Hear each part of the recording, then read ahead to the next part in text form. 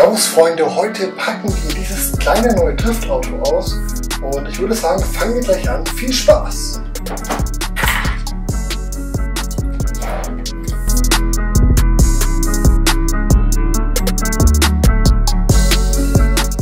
So, einmal hier die Verpackung mal aufmachen und uns erwartet erst einmal eine Bedienungsanleitung.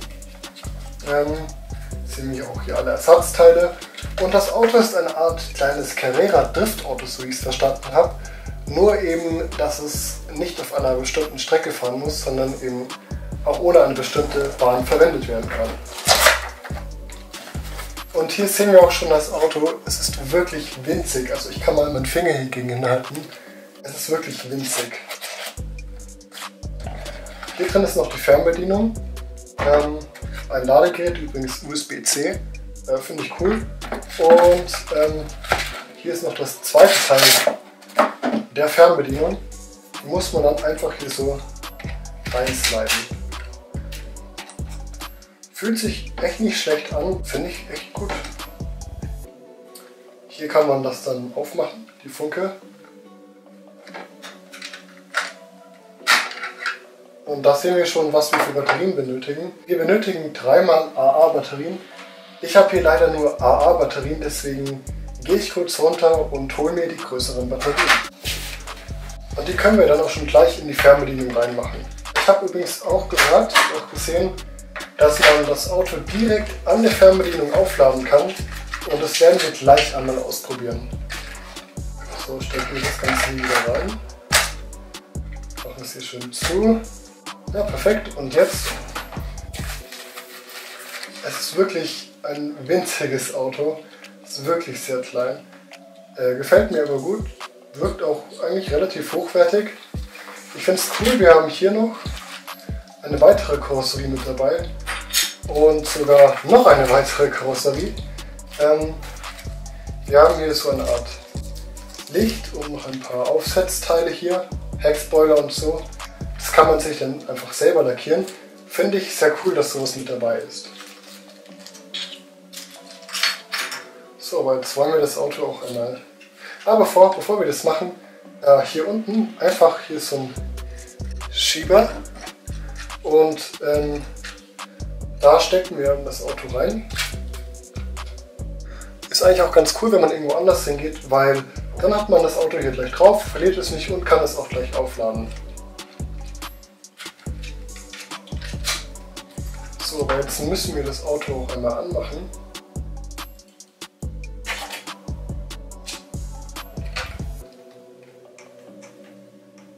Die Fernbedienung geht schon mal.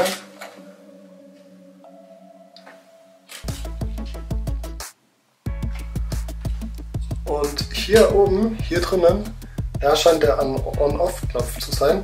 Einfach hier runterschieben und dann, tada, das Auto macht schon Licht. Ich finde es auch cool, wir haben hier, das Auto leuchtet, wir haben auch sogar Rückleuchten hier.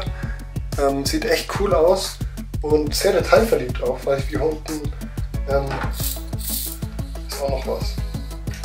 Wir haben übrigens Full Proportional Steering, das heißt wir können ein bisschen lenken oder auch ganz stark. Finde ich sehr cool. Und hier oben ist übrigens auch das Throttle-Limit. Wir haben es hier auf 50, wir können es auf 100 machen, dann haben wir noch mehr Power. So, mal schauen, wie es sich fährt.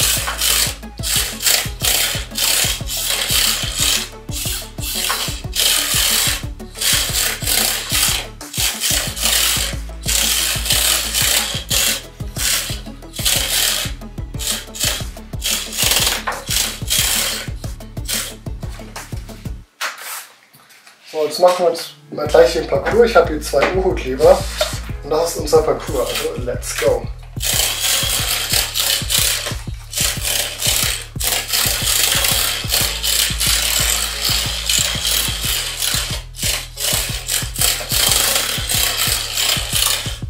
Also was mir hier gleich auffällt, das Auto spricht wirklich richtig gut an, man kann das richtig gut lenken. Man hört sogar leichtes Servo. Das geht richtig gut, finde ich, zum Fahren. Was mir hier auffällt, man kann wirklich hören, dass der Motor anfangs richtig losstampft.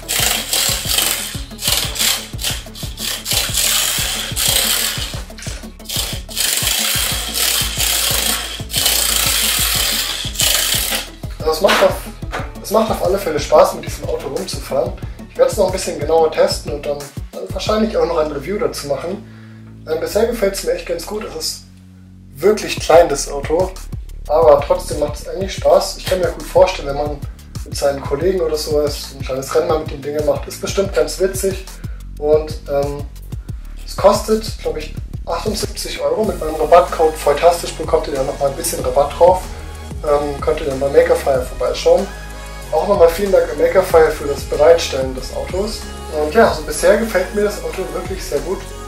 Ich musste noch mal weiterschauen, wie lange die Batterie hält. Ich habe gelesen, so 30 Minuten. Und ja, wir werden sehen, wie sich das Auto so schlagen wird. Bisher das Fazit sieht echt cool aus, auch mit dem Heckspoiler hier hinten und den Rückleuchten. Und es hat sogar eine Bremsleuchte. Das ist ja mega cool.